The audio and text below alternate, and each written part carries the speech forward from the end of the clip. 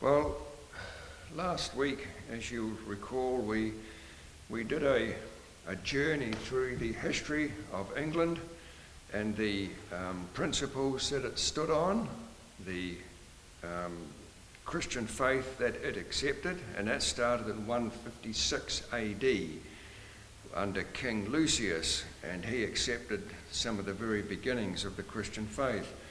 And then we traced it, as you may remember. We looked at the prosperity and the foundation and the prosperity of England, accepting the Christian faith, and the great influence that it has had on the world. In fact, it's not just a nation, it is an empire, and it has been built for the betterment of this world. Now, we're reading through the Great Controversy, and we've just come through to the French Revolution, and France actually rejected the gospel, and they suffered for it. So interesting that England accepted it. I mean, England has a lot to answer for. Let's not fool ourselves, but in general, they have taken the gospel to the world. And of course, as I mentioned, also the influence they've had. New Zealand has the Union Jack in the corner of the flag, you'll recall, and what's made these nations so great. So now we look back from that time to the days of the Reformation. We had a look at men and women also who suffered much and even sacrificed their lives for their faith in Jesus Christ. I mentioned here when we went, I think it was Coventry, is that where the cathedral was blasted during the war? A lady just round the corner had been teaching her children the 10 Commandments. She was brought to the little square there in that area and was burnt because she stood up for the 10 Commandments. You'll have to get closer.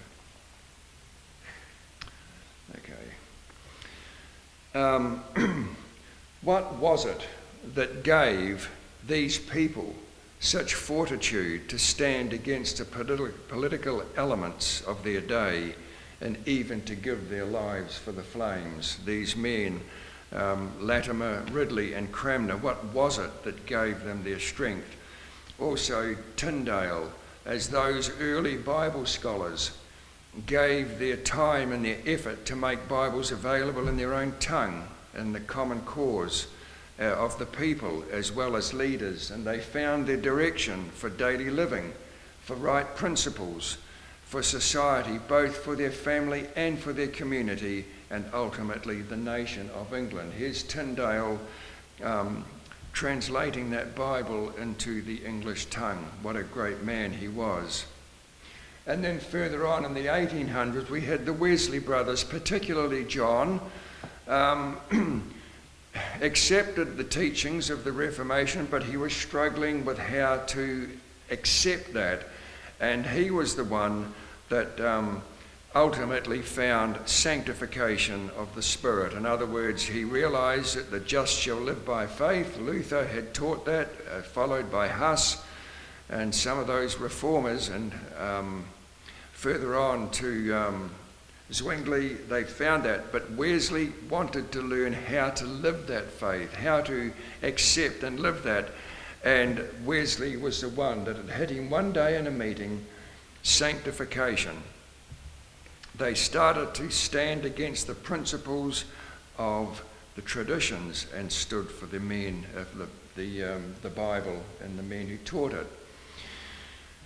So as more and more people searched out those sacred pages, new truths were beginning to be established. They found direction in their faith. Prophecies were examined and proven within the Bible itself, and plus a true account of secular history.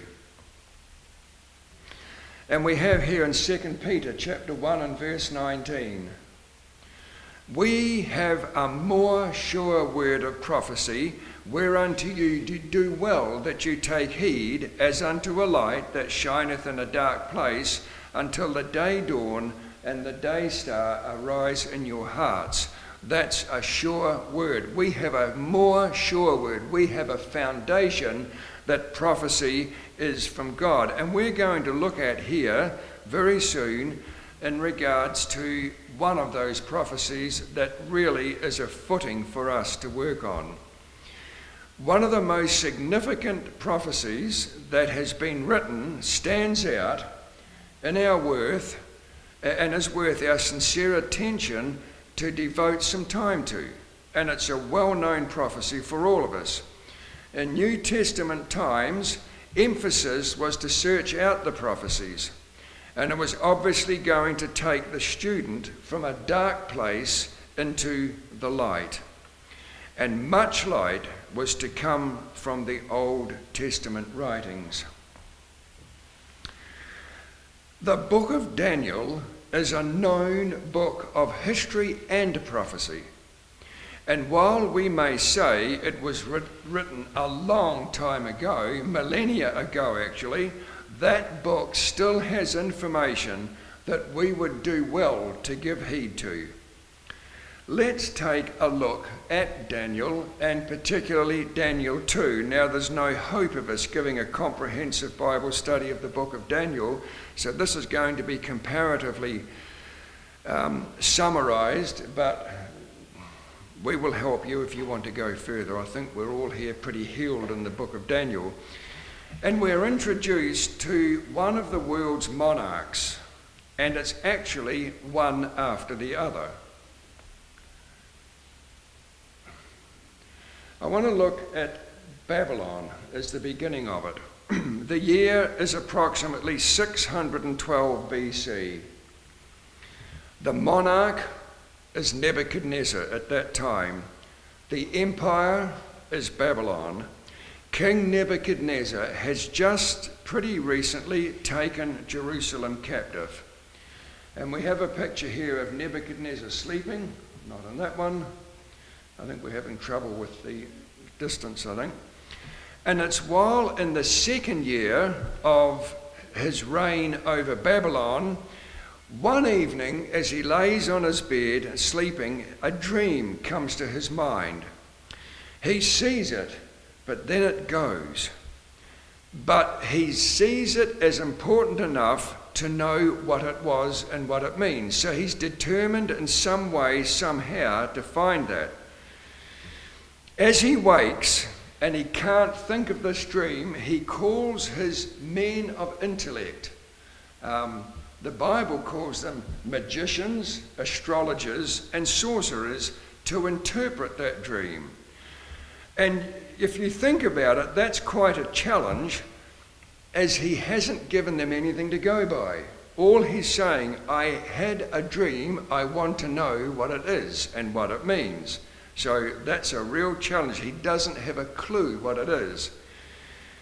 He says, I have dreamed a dream, my spirit was troubled, I must know what it is about.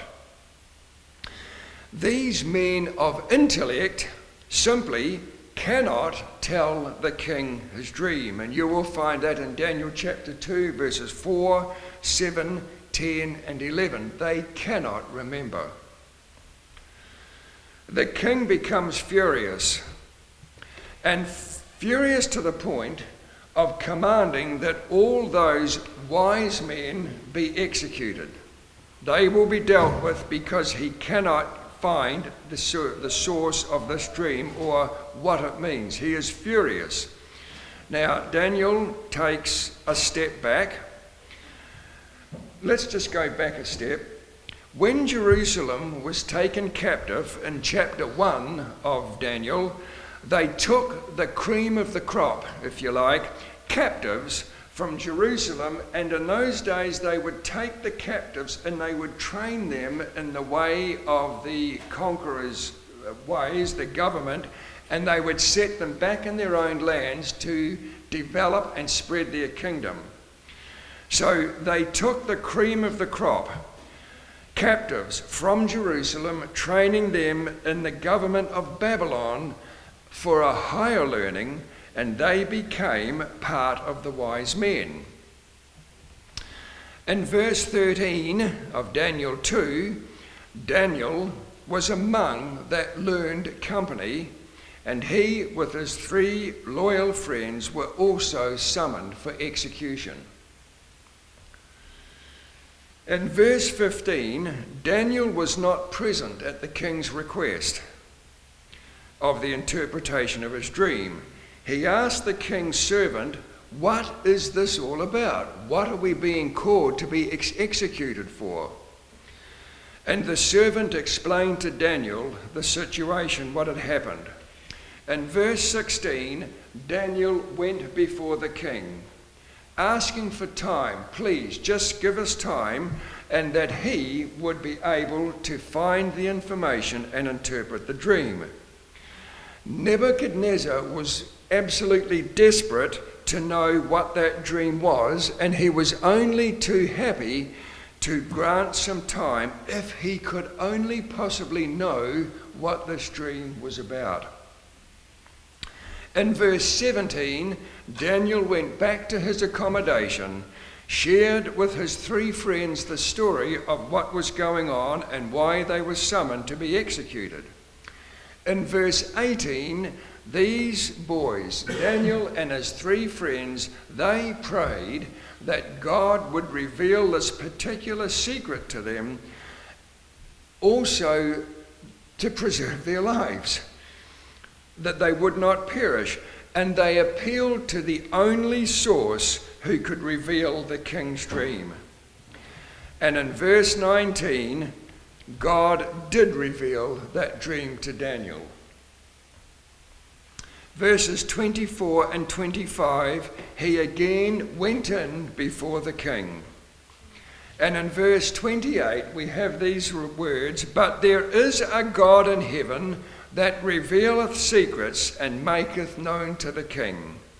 Nebuchadnezzar, what shall be in the latter days? Thy dream and thy visions of thy head are upon thy bed are these." And then he starts to reveal this. Look at verse 28 again, though. There's an important fact in here. Daniel gives credit to God. That's the first place he starts. There is a God in heaven that reveals secrets. He gives credit to God straight away. But we pick up the story in verse 31. Verses 31 to 35, we have these words, and I'll just read here the summary. "Thou, O king, sawest, and behold, a great image. This great image, whose brightness was excellent, stood before thee, and form thereof was terrible." So he has this, he's explaining now this vision. "This image's head was of fine gold, his breast and his arms of silver, his belly, his thighs of brass, his legs of iron, his feet part of iron and part of clay."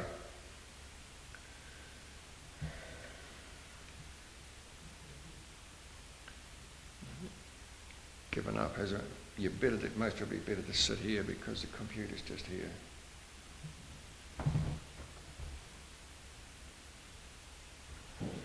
Sorry, electronics are not doing the best.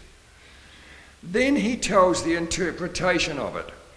"The rise and the falls of empires may appear as if happening by the will of men," because we're looking in hindsight now, but the fact that Daniel's prayer was answered before all this happened. I mean, we look now in our day and we say, well, yeah, well, of course it was. We know there was a kingdom of Babylon. We know there was a kingdom of Medo-Persia. But remember that this is being before all of that's taken place. This is at the time of Babylon. Here is some obscure dream that is brought back to the mind of another man. Not only the dream, but the interpretation of it reveals that there was a divine essence involved here, very importantly. Verses 36 to 38 is the fulfilling of that prophecy. It started right at the time of Daniel in his lifetime.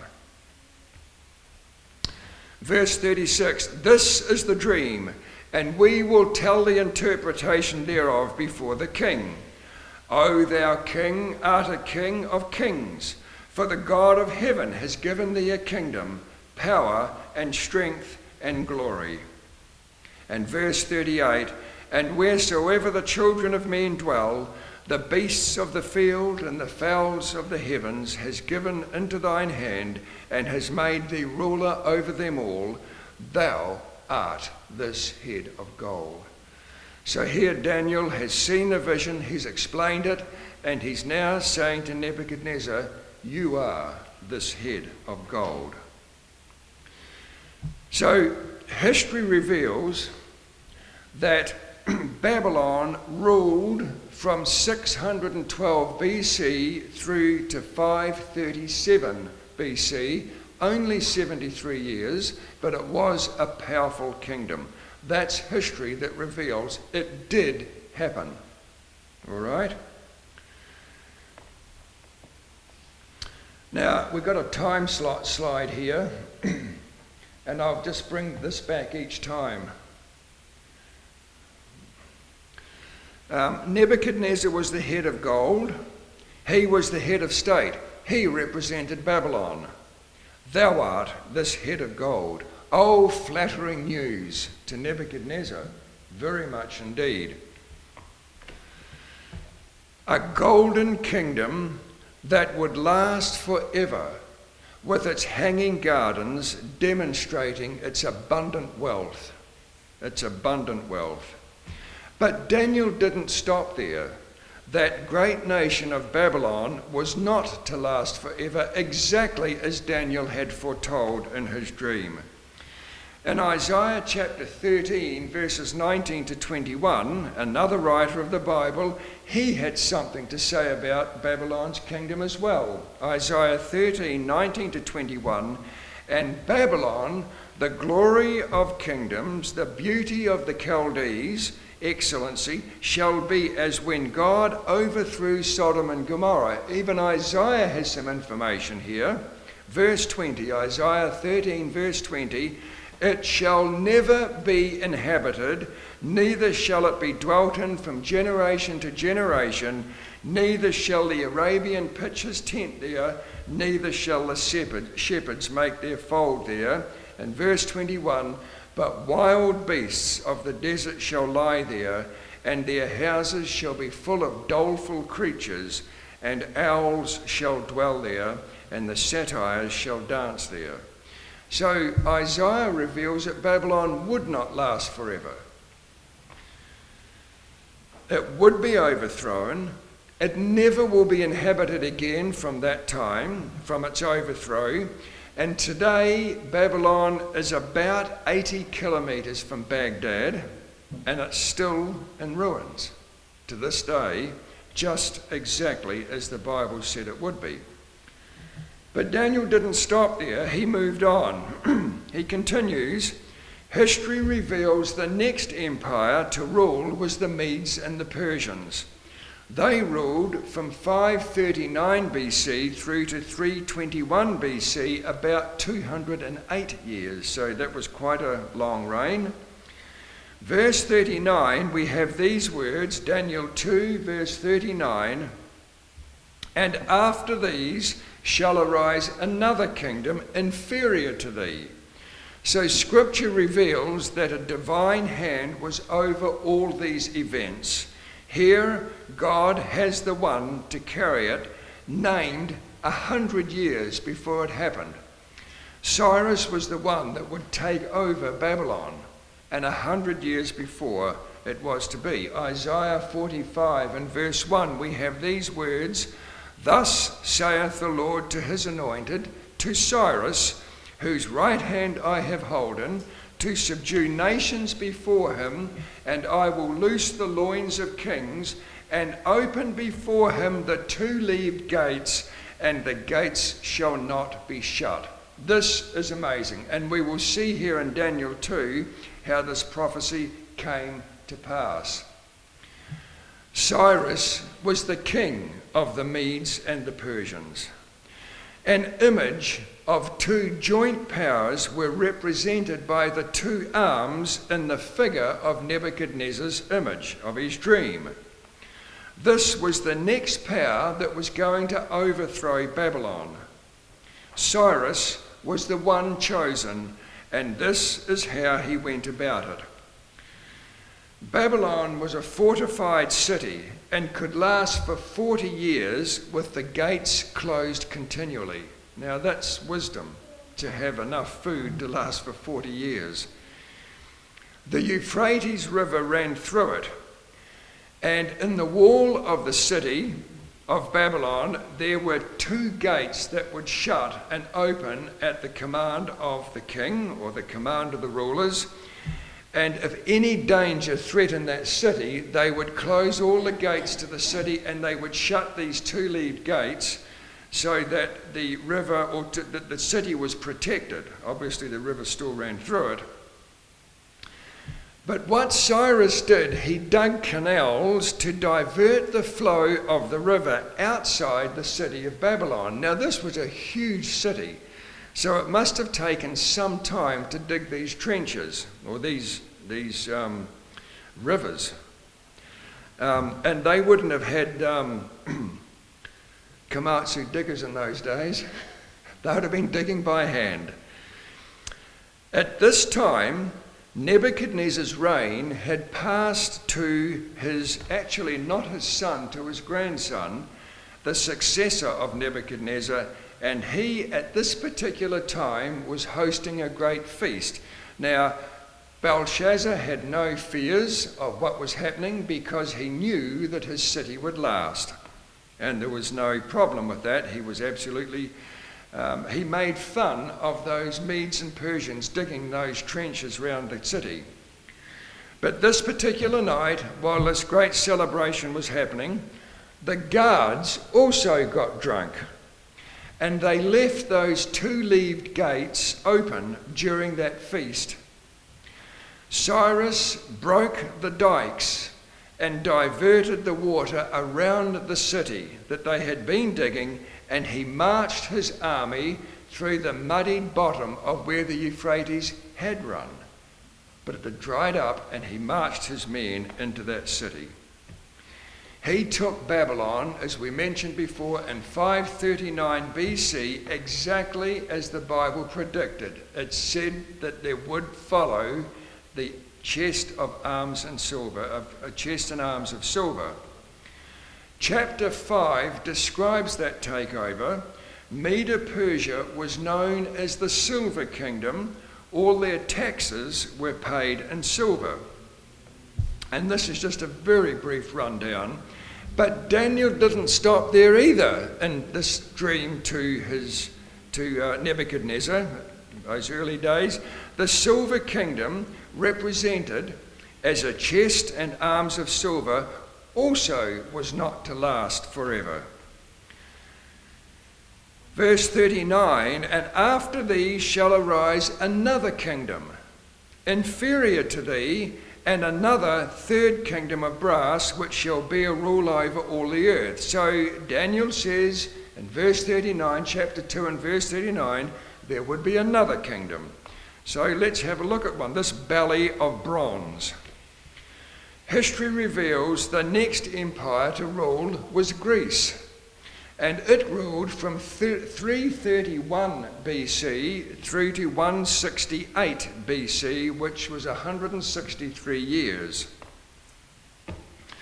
Darius, who was ruling at that time, obviously Cyrus had gone off the picture, Darius, who was ruling at the end of the Mede and the Persian power, he had an army of 1 million men, a staggering amount of men. Alexander the Great of Greece had a total of 20,000. 1 million men to 20,000. Now you say the odds are not looking too good here. These two powers engaged in battle at a place called Arbela. Alexander, with his 20,000 men, gained the victory over the Medes and the Persians in 331 BC. One historian wrote, I am persuaded there was no nation, city, nor people then in being whither his name did not reach. That's Alexander the Great. His name reached worldwide. And it goes on, this historian, There seems to me to have been some divine hand presiding both over his birth and over his actions. That's Alexander. He was a strong man and he was very young. And that is exactly what happened, as God said it would, and it did. Greek soldiers were called brazen-coated. Their armour was all bronze, and Greece was known as the Bronze Kingdom. But Daniel didn't stop there. The Bronze Kingdom of Greece was not to last forever. A new scene was revealed in Nebuchadnezzar's dream. In verse 40, Daniel chapter 2 and verse 40, we have these words, "And the fourth kingdom shall be strong as iron, for as much as iron breaketh in pieces and subdueth all things, and as iron that breaketh all these shall it break in pieces and bruise." Here's a fairly strong quote. History reveals that the next empire to rule was that of Rome. It ruled from 168 BC through to 476 AD. That is a total of 644 years. That is a long time for one kingdom to continue. The Iron Monarchy of Rome conquered the Greeks in 168 BC. The Roman power was as strong as iron, and it broke in pieces anything in its way. It held power right through till AD 476. And it was this power that was in command at the time of Jesus' birth and life. He was tried before a Roman governor, Pontius Pilate. He was crucified on a Roman cross. It was a Roman soldier that thrust his spear into the side of Jesus. An interesting point here to think of in all these powers, each succeeding mineral depicted in the image of Nebuchadnezzar's dream was of less value and yet more enduring and stronger than the one preceding it. Gold is valuable, but it's a soft metal. Nebuchadnezzar was this head of gold. When you get to the bottom, iron is not so valuable, but it's very strong. Now, with all these singular kingdoms ruling, we would just naturally expect, as anybody would, for another singular kingdom to come up and arise. But with uncanny accuracy, God says that there would be a divided kingdom after this. Verses 41 and 42, we have here a different kingdom. Keep going. Verse 41 and 42, "And whereas thou sawest the feet and toes, part of potter's clay and part of iron, the kingdom shall be divided, and there shall be in it of the strength of the iron, for as much as thou sawest iron mixed with miry clay." And verse 42, "And as the toes of the feet were part of iron and part of clay, so the kingdom shall be partly strong and partly broken." The history that followed took an incredible change. Rome gave way to what was seen in the dream as feet of iron and clay. They were the 10 tribes known as the Goths or the Barbarians. Here's a map of Europe there to get an understanding of that. They would rule from 476 until another kingdom would take over. All right? Barbarian tribes divided the Roman Empire, and Rome's power was broken. And there is still the iron mixed with clay, partly strong, partly broken and weak, but still Rome is involved because it's partly iron and partly clay. Rome changed from its political power, pagan Rome, to the Holy Roman Empire, religious and political, church and state. It would exist, this power will exist or would exist until the stone cut without hands would come in verse 45 of Daniel's dream. Or Nebuchadnezzar's dream, but Daniel's interpreting it. Never from that time onwards would the world be united again as one empire. Never. Barbarian tribes broke up that political force of Rome as follows. And we have a list here of those tribes here. Go back. I thought we had a map somewhere. I'll go back. Back. There, those. The Elamanni, they're marked out here on this map anyway. The Elamanni became Germany. The Anglo-Saxons became England, right? The Franks became France. The Burgundians became Switzerland. The Suevi became Portugal. The Lombards became Italy. There's a wrong one there somewhere. The Visigoths became Spain. The Hurley, the Ostrogoths and the Vandals were totally destroyed. That's in Daniel 7 verse 20. Verse 43, we have these words here. And whereas thou sawest iron mixed with miry clay, they shall mingle themselves with the seed of men, but they shall not cleave together, even as iron is not mixed with clay. So there would be a mingling, but they would not cleave as one nation. Many have tried to blend all of Europe into one power, and they have used many methods. They have used alliances, they've used treaties, they've used marriage, and they've used wars, all to no avail. It just hasn't happened. The first one that we have was Charlemagne in France. Charlemagne tried to bring all of Europe back together into a Holy Roman Empire again in the 8th century.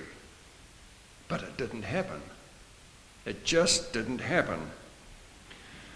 Charles V in Spain, he decided it was the right time to unite Europe again, which was in the 16th century. It resulted in a bloodbath. It didn't happen. Louis XIV in France, you'll have to move on a few now. Louis XIV ruled in the 18th century during the French Revolution, but he was executed on January the 21st, 1793, without seeing his dream come true, and Europe was not united. It didn't happen. And we come to Napoleon Bonaparte in France. Napoleon did a lot in his reign in the next century from Louis XIV in the 19th century, but he did not bring Europe together again as well.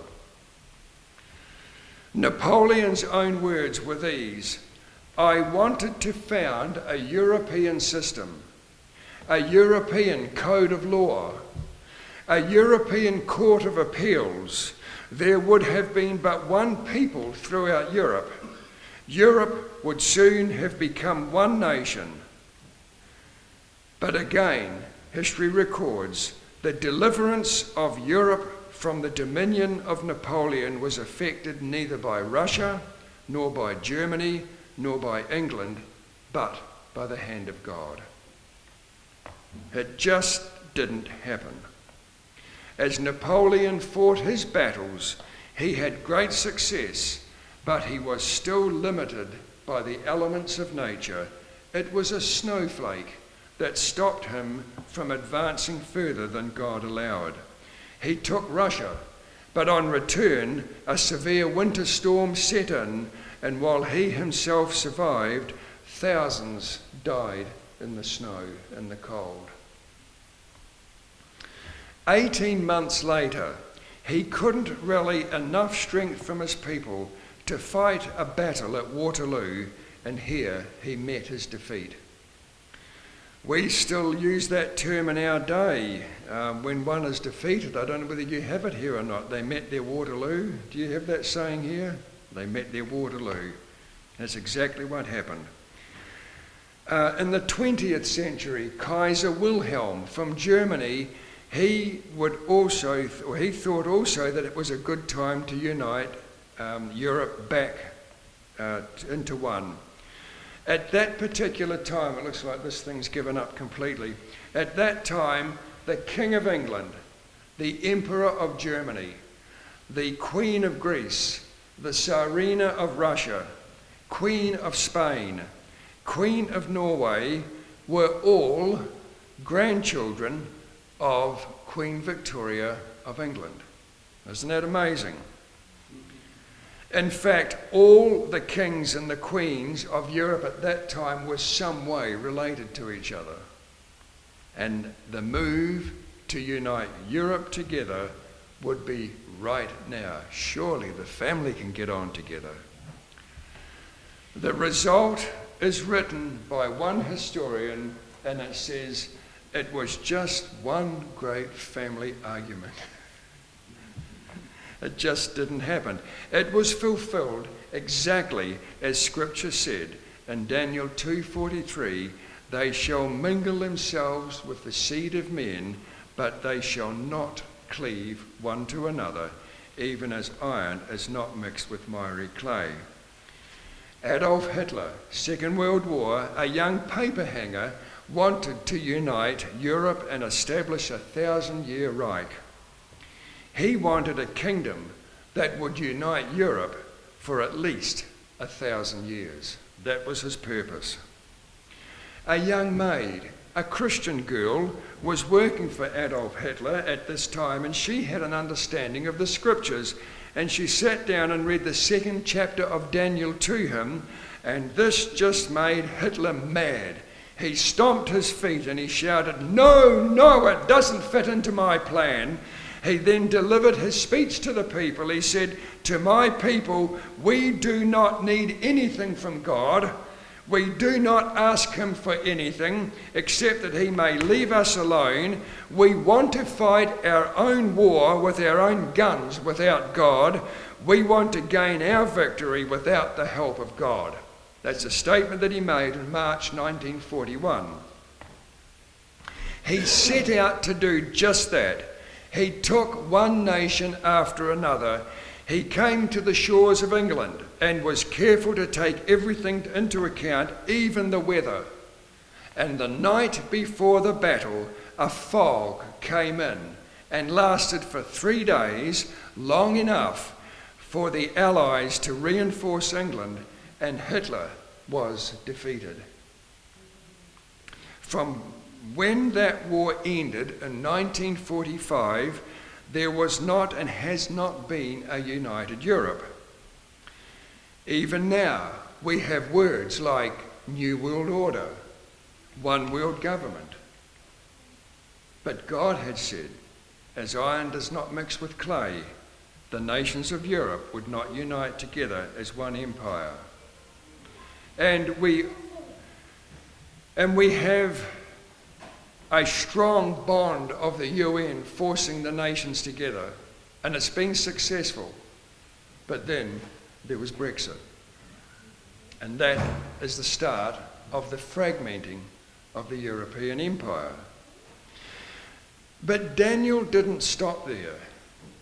He revealed still more of this dream given to this ancient king.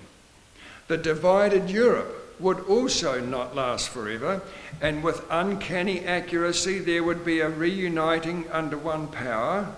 Interesting.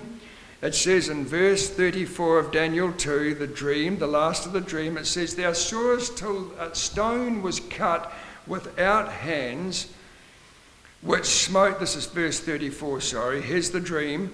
"Thou sawest till that a stone was cut out without hands, which smote the image upon his feet, that were of iron and clay, and broke them to pieces." And verse 35, "Then was the iron, the clay, the brass, the silver, and the gold broken into pieces and became like the chaff of the summer threshing floors, and the wind carried them away, that no place was found for them, and the stone that smote the image became a great mountain and filled the whole earth. We have Babylon, Medo-Persia, we have Greece, we have iron, and then there's the breakup of this power to multiple powers, but then at the very end of the vision it comes back to one power, and that is this image. The stone that come and smote this image became a great mountain and filled the whole earth.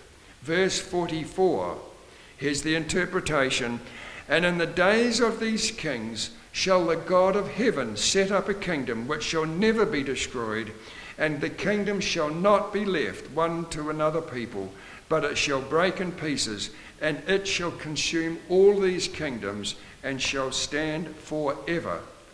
Verse 45, for as much then as thou sawest the stone was cut out of the mountain without hands, and that it brake in pieces the iron, the brass, the clay, the silver, and the gold, the great God has made known unto the king what shall come to pass hereafter, and the dream is certain, and the interpretation is sure.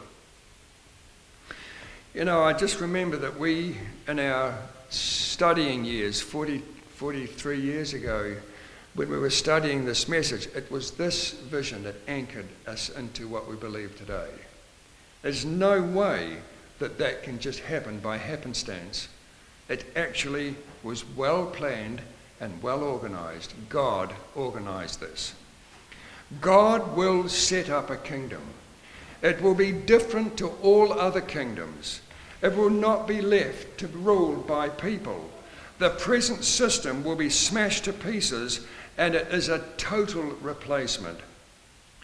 Again, verse 45, for as much as thou sawest that the stone was cut out of the mountain without hands, and that it broke in pieces the iron, the brass, the clay, the silver, and the gold, the great God hath made known to the king what shall come to pass hereafter.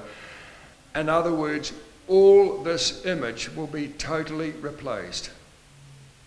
The dream is certain, the interpretation is sure. It will happen. It will happen. Let's come down to today here in 2025, here in Lutterworth in England. It will happen. 2 Peter chapter 1, verses 19 to 21. We shared this text beforehand. It says, we have also a more sure word of prophecy, whereunto you do well that you take heed. You do well if you understand it. You do well if you study it out and take it on board. It's like a light that shines into a dark place until the day dawn and the day star arise in your hearts, knowing this first, that no prophecy of the Scripture is of any private interpretation, for the prophecy came not in old time by the will of man, but holy men of God spoke as they were moved by the Holy Ghost. This is beyond our comprehension. We follow our God. We do not make him follow us. We follow him.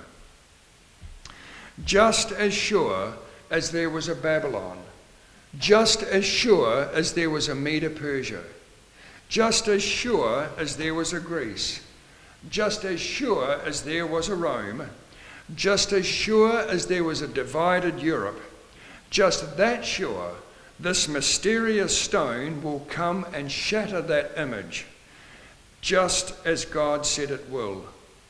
Nothing has ever taken God by surprise. God's mind is omnipotent. Nothing will happen that he has not prepared for. He knows the end from the beginning. Isaiah 46, 9 and 10, we have these words in closing.